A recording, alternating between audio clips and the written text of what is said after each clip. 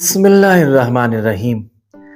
ناظرین، توشہ خانہ ایک ایسا سرکاری محکمہ ہے جہاں دوسری ریاستوں کے دوروں پر جانے والے حکمران یا دیگر اعلیٰ عہدیداروں کو ملنے والے قیمتی تحائف جمع کیے جاتے ہیں۔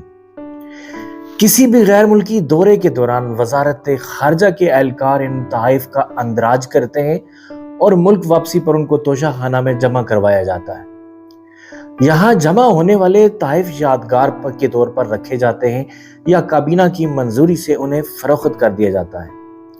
آگے بڑھنے سے پہلے اگر آپ نے گھنٹی کے بٹن پر کلک نہیں کیا تو کر دیجئے تاکہ آئندہ بھی میرا اور آپ کا ساتھ قائم رہ سکے۔ پاکستان کے قوانین کے مطابق اگر کوئی تحفہ 30,000 روپے سے کم مالیت کا ہے تو تحفہ حاصل کرنے والا شخص اسے مفت میں اپنے پاس رکھ سکتا ہے۔ جن تحائف کی قیمت 30,000 سے زائد ہوتی ہے انہیں مقررہ قیمت کا 50% جمع کروا کے حاصل کیا جا سکتا ہے۔ سن 2020 سے قبل یہ قیمت 20% تھی، تاہم تحریک انصاف کے دور میں اسے 20% سے بڑھا کر 50% کر دیا گیا تھا۔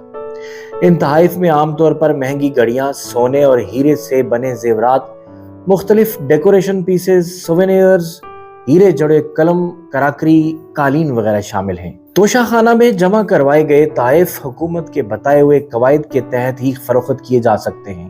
اگر کوئی سربراہ مملکت چاہے تو وہ ملنے والے کسی تحفے کو مخصوص رقم ادا کر کے اپنے پاس رکھ سکتا ہے، مگر پاکستان اور انڈیا میں ایسے تحائف کی نیلامی بھی کی جاتی ہے اور اس سے حاصل ہونے والا پیسہ ریاست کے خزانے میں جمع کیا جاتا ہے۔ کابینہ ڈویژن کے حکام کے مطابق یہ نیلامی ہر سال ہونا ہوتی ہے، لیکن سالانہ بنیاد پر ایسا ممکن نہیں ہوتا کیونکہ ایک برس کے دوران سربراہان مملکت اور وزراء کے دوروں میں اتنے تحائف نہیں ملتے کہ ہر برس نیلامی کا انعقاد کیا جا سکے۔ سربراہان مملکت اور وزراء کو ملنے والے تحائف اور توشہ خانہ میں ان کے اندراج کے بعد اسٹیٹ بینک سے باقاعدہ ان کی مارکیٹ کی قیمت کا تعین کروایا جاتا ہے اور نیلامی کی جاتی ہے۔ حکام کے مطابق اگر سربراہان مملکت یا وزراء یہ تحائف نہیں رکھتے تو پھر ان تحائف کی فہرست تیار کر کے انہیں توشہ خانہ قوانین کے مطابق سرکاری ملازمین اور فوج کے افسران کو نیلامی کے لیے پیش کیا جاتا ہے۔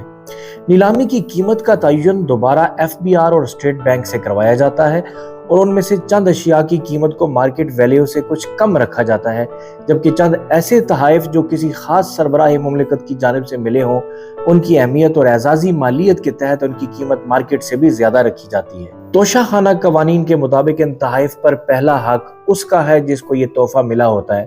اگر وہ اسے نہیں لیتا تو پھر سرکاری ملازمین اور فوج کے اہلکاروں کے لیے نیلامی کی جاتی ہے۔ اگر اس نیلامی سے جو اشیاء بچ جائیں تو انہیں عام طور پہ عوام کے لیے نیلامی میں رکھ دیا جاتا ہے۔ جو بھی فوجی یا سرکاری ملازم ان قیمتی اشیاء کو خریدتے ہیں انہیں اپنے ذرائع آمدن ڈکلیئر کرنے کے ساتھ ساتھ اس پر لاگو ٹیکس بھی ادا کرنا ہوتا ہے۔ ناظرین، پاکستان کے 4 سابقہ حکمرانوں کو توشہ خانہ سے غیر قانونی طور پر تحائف حاصل کرنے پر مقدمات کا سامنا کرنا پڑا۔ ان میں سابق وزرائے اعظم نواز شریف، یوسف رضا گیلانی، عمران خان اور سابق صدر مملکت آصف علی زرداری شامل ہیں۔ توشہ خانہ سے قیمتی کاروں سے متعلق خلاف ضابطہ خریداری نیب کا وہ خاص ریفرنس بن گیا جس میں ملک کی دونوں بڑی جماعتوں پاکستان مسلم لیگ نواز اور پاکستان پیپلز پارٹی کی مرکزی قیادت پر ملی بھگت، گٹھ جوڑ اور پارٹنرشپ کے الزامات عائد کرتے ہوئے انہیں ایک ہی ریفرنس میں ملزم نامزد کر دیا گیا۔ نیب ریفرنس کے مطابق یوسف رضا گیلانی جب وزیر اعظم تھے انہوں نے قوانین میں نرمی پیدا کر کے سابق صدر آصف زرداری اور سابق وزیر اعظم نواز شریف کو توشہ خانہ سے گاڑیاں خریدنے کی اجازت دی۔